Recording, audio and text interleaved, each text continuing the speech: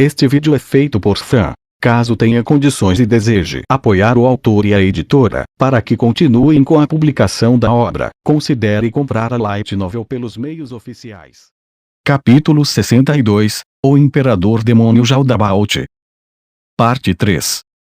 A notícia de uma aliança entre os demi-humanos, uma que incluía um exército maciço esmagando a mais forte fortaleza central e suas vastas quantidades de soldados, assim como atravessar a muralha, já havia começado a se espalhar por todo o reino sacro. O líder da aliança demi-humana foi o autoproclamado Imperador Demônio Jaldabaoth. Um demônio que causou grande destruição no reino, e ele usou uma magia poderosa para rasgar a muralha como papel de seda. A aliança demi-humana era composta de 18 espécies, e seus números foram estimados em mais de 100.000. Este exército de demi-humanos estava agora concentrado em destruir as muralhas e fortificações, e seu avanço havia parado. Depois de estar ciente disso, a líder do reino sacro, a rainha sagrada, emitiu uma ordem geral de mobilização para toda a nação. Já que o território do reino sacro estava esticado em torno das bordas norte e sul de uma baía central, quaisquer tropas mobilizadas seriam naturalmente formadas em dois exércitos, o exército do reino sacro do norte e o exército do reino sacro do sul. Os exércitos de cada extremo se moviam em direção a seus próprios locais importantes, a cidade de Kalinsa, no norte, e a cidade de Deboni, no sul, onde espiaram os movimentos do inimigo por vários dias. Os relatórios que receberam das tropas observando a muralha tornaram a situação ainda mais urgente. A aliança demi-humana, em toda a sua força, estava se movendo para o oeste e eles chegariam em Kalinsa, a cidade-fortaleza do norte, em poucos dias. Isso é sério? Depois de tudo, este lugar vai se tornar um campo de batalha então. A oradora foi a rainha sagrada, Calcabeçares.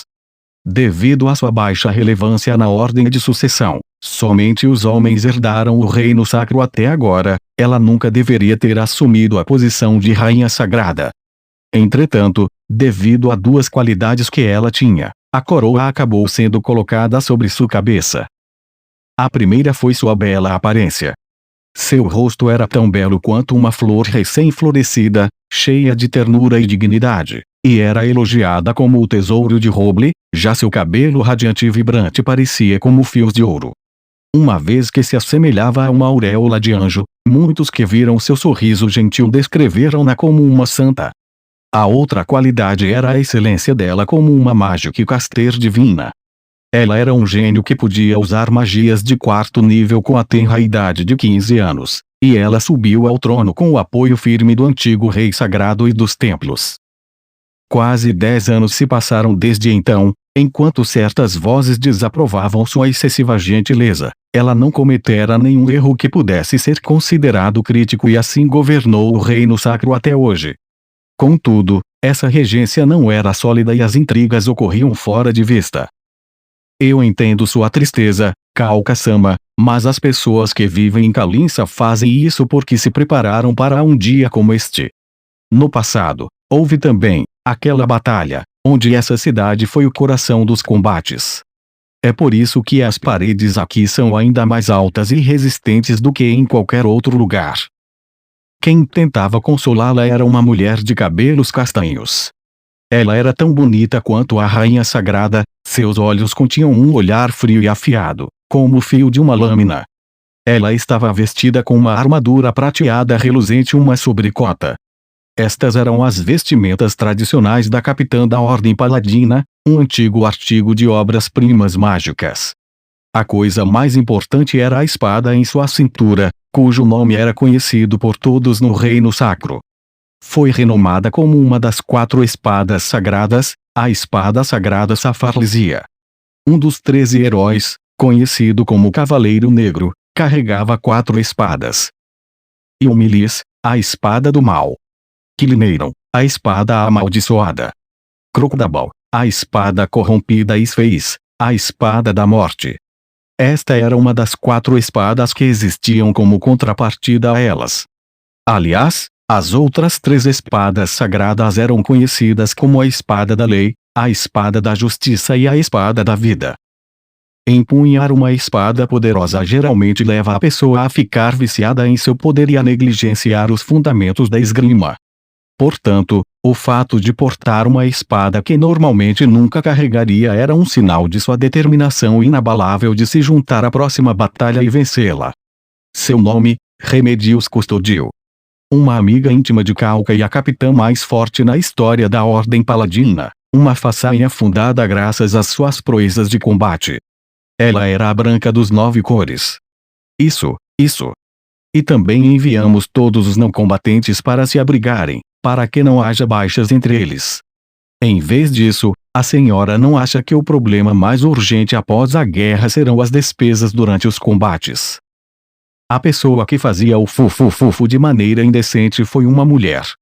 Mesmo que a forma de seus olhos e boca variassem um pouco, seu rosto ainda tinha uma semelhança próxima à de Remedios. No entanto, essas fracas diferenças foram suficientes para mudar a impressão que os outros tinham dela. Ela sempre parecia estar tramando algo, ou em termos menos educados, que ela estava cercada por uma aura sinistra. Era a irmã de Remedios, mais jovem do que ela por 2 anos, Kellart Custodio. Era a suma sacerdotisa dos templos e líder do sacerdócio. Era de conhecimento público que ela poderia usar magia divina de 4º nível.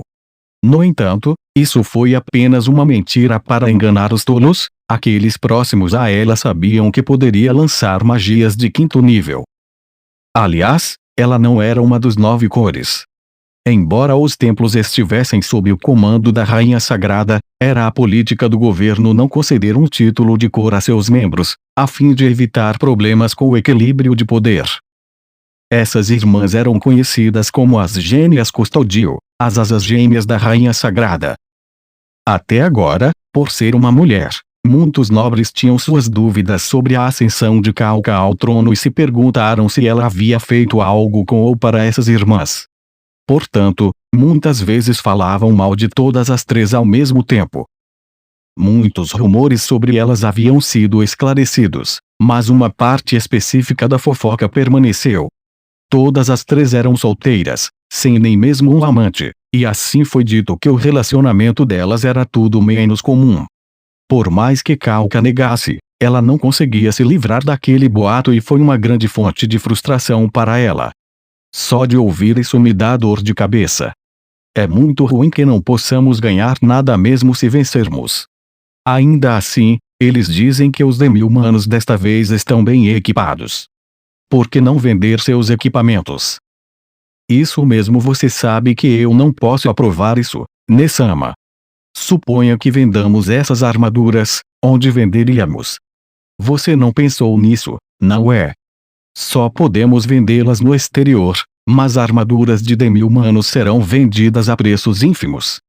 Além do mais, devemos evitar o fortalecimento dos arsenais de outros países até que a parte destruída da muralha seja reconstruída. Em particular, espero que eles não caiam nas mãos do reino feiticeiro. Você não gosta do reino feiticeiro? Nunca ouvi você dizer isso no tribunal. Nenhuma sacerdotisa gosta deles.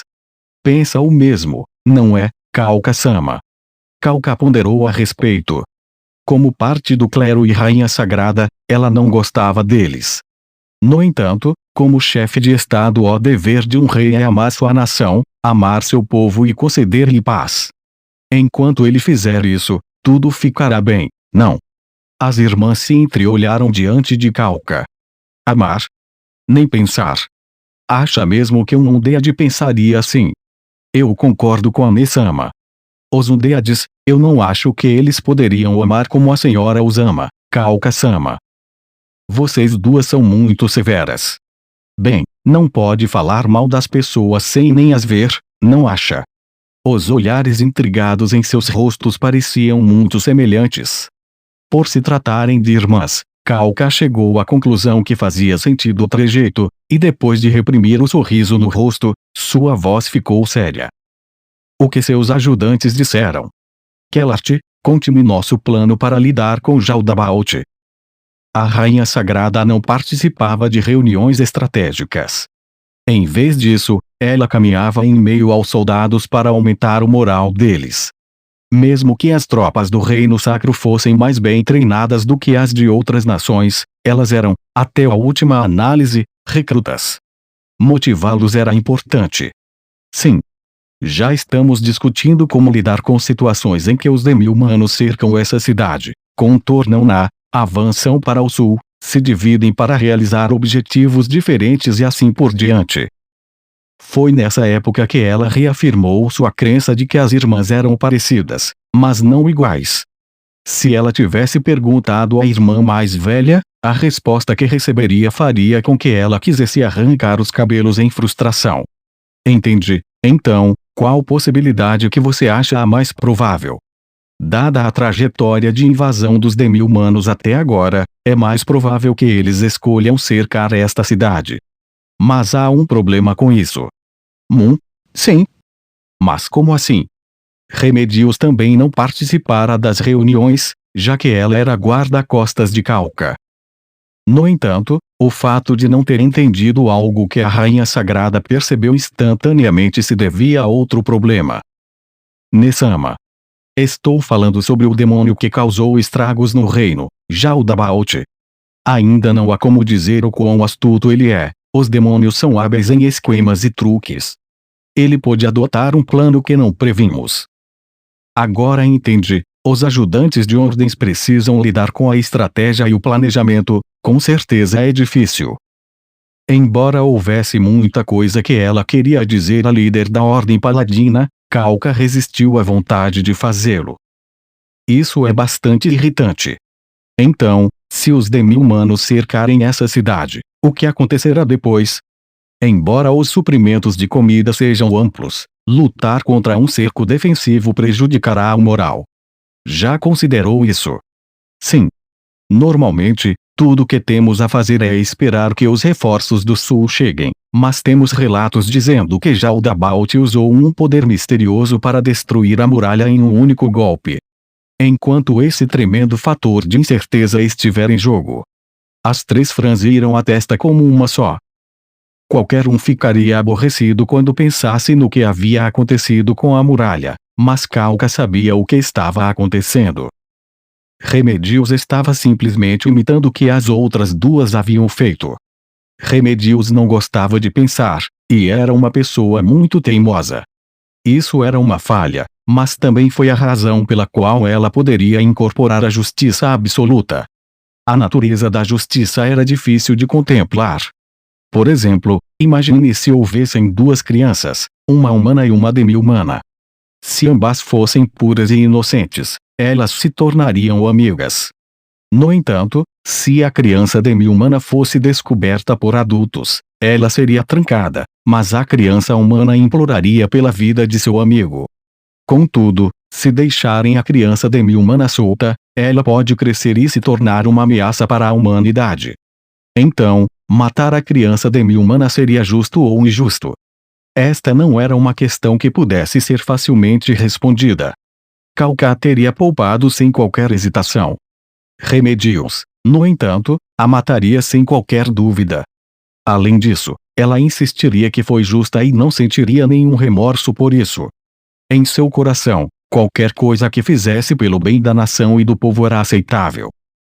Quando subiu ao trono na posição de rainha sagrada, Calca declarou às suas duas amigas íntimas: "Eu concederei felicidade aos pequenos e farei um país onde ninguém irá chorar." Em resposta, Remedios disse: "Eu irei apoiá-la e defendê-la em sua justa causa." Com essa promessa em seu coração, ela era mais direta do que qualquer outra pessoa, seu coração estava cheio de convicção, e o brilho em seus olhos dava-lhe um ar de fanática. Alguém assim era claramente perigoso. Ainda assim, Calca não se distanciara da amiga. Os impulsos justos de amar os outros, amar a paz, odiar o mal e o desejo de ajudar os fracos eram todas as coisas que ela receberia de bom grado. E foi por causa dessa natureza dela que ela achava que tinham coisas em comum. Ela não pensava muito antes de falar, tudo o que dizia vinha direto de seu coração. Qualquer organização, particularmente aquelas que já existem por muito tempo, se tornaria lenta devido a preocupações e cuidados. Além disso, sua pureza original em servir a um propósito acabaria se manchando e escurecendo. Se o poder repousasse nas mãos de uma pessoa, era natural que ocorressem lutas pelo poder. Mesmo que um vencedor fosse decidido, a batalha contra a suspeita, ou se um meio medo continuariam, até que um lado acabasse morrendo. Kalka havia sido libertada dessa maldição no meio do caminho. Isso porque ela havia alcançado um poder mágico que a classificava como alguém forte, mesmo quando comparado às gerações passadas de reis sagrados. Outros a haviam elogiado por isso e seu coração pôde ficar em paz. Portanto, Kalka poderia deixar de lado seus preparativos mentais para assumir o trono como a rainha sagrada, mas seus irmãos não se sentiam da mesma maneira. Havia apenas um irmão mais velho entre seus parentes em quem ela podia confiar, Caspund. Já que ela viveu nessa tormenta por um longo tempo, Remedios era uma espécie de oásis espiritual para Kalka. Aquele poder inacreditável me faz pensar no poder dos deuses demônios das histórias. Nessama, nem os deuses demônios eram tão poderosos assim. Pelo que sabemos, Jaldabaoth pode ser uma entidade superior aos deuses demônios. Que problemático. Então como vamos vencê-lo? O que lhe preocupa, Kalka-sama? Dizem por aí que ele foi derrotado pelos aventureiros do reino. A senhora não acha que poderíamos fazer o mesmo? Isso é verdade? Se os aventureiros comparáveis a nós puderam fazê-lo, mas o problema agora está em saber se esse Jaldabaoth pôde ou não usar repetidamente o poder que derrubou a muralha. E falando nisso, os ajudantes de ordem sentem que, dado que a muralha foi atingida apenas uma vez, ele deve ter problemas em usar aquilo sucessivamente. Um pensamento lógico. Se ele pudesse usar repetidamente, então teria feito.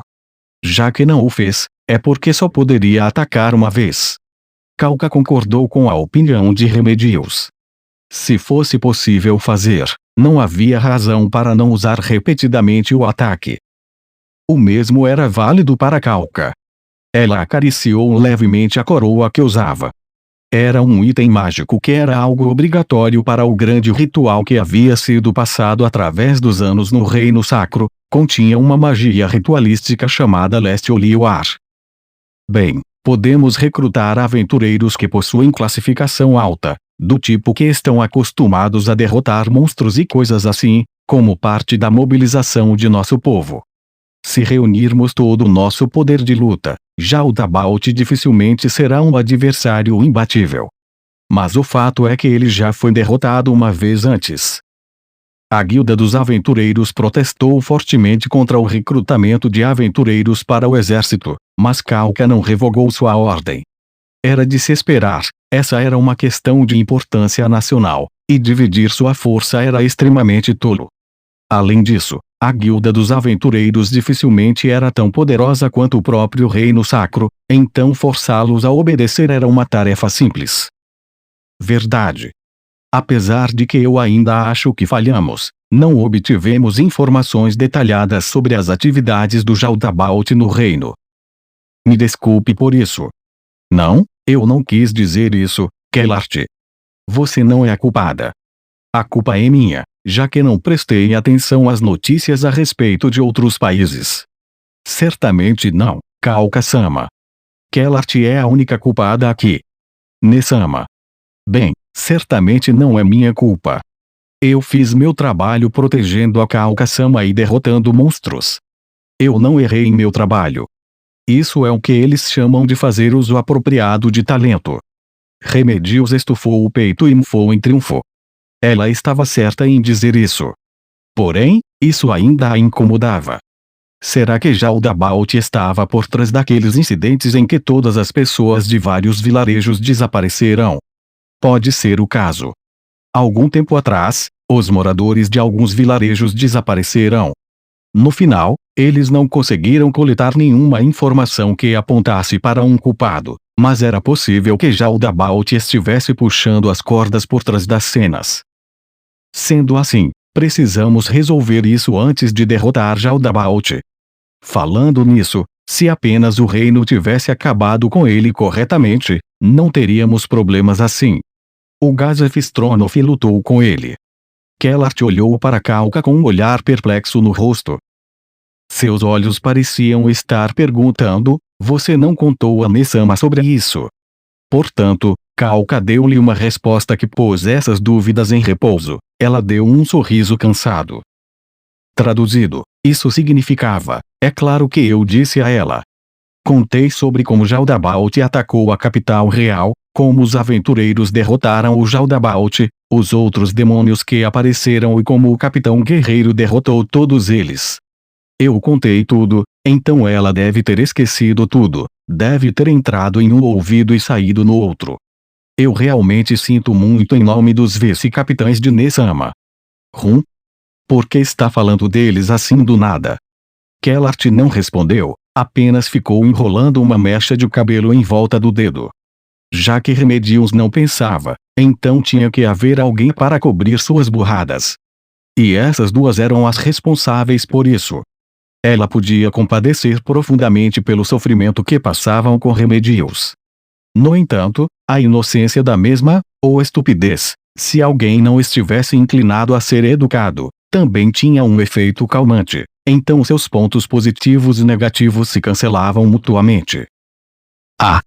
Eu só conheço os detalhes por alto, mas aparentemente ele lutou com outro demônio, algum do tipo escamoso. Então foi isso. Bem, se ele tivesse derrotado o Jaldabaoth, as coisas não teriam terminado assim. Não me diga que os aventureiros Adamantite são mais fortes do que aquele demônio. Não tenho certeza, mas acho que pode ser o caso. Remedios franziu a testa em desgosto. Ela provavelmente estava infeliz porque estava sendo menosprezada em comparação a alguém cuja força havia sido reconhecida recentemente. Bem, tudo que ele sabe é como usar uma espada. Se ele tivesse ataques antidemônio como nós, tenho como provável que as coisas teriam sido diferentes. Em poder de luta bruto, os paladinos estavam um pouco abaixo dos guerreiros. No entanto, esse não era o caso quando lutavam contra seres malignos. Remedios estava certa, mas Kellart ainda suspirava baixinho. Nesse momento, Kalka imaginou ouvir o som dos sinos. Remedios imediatamente entrara em ação. Em momentos assim, ela ainda era a primeira a agir. Ela abriu as janelas com força. O ar do início do outono entrou e o ar aquecido por seus 3 corpos fluiu para fora. O ar fresco e estimulante trouxe consigo o som de sinos tocando. Isso era prova de que o que ela ouvira antes não era um som fantasma causado por zumbidos em seus ouvidos. Não, teria sido muito melhor se ela tivesse ouvido apenas zumbidos. Ao mesmo tempo, ela ouviu o som de vários passos do corredor. Kalka-sama, por favor, fique atrás de mim. Remedios rapidamente sacou a espada sagrada Safarlisia e interveio, colocando-se entre Kalka e a porta. A porta se abriu com um pom. Vossa Majestade.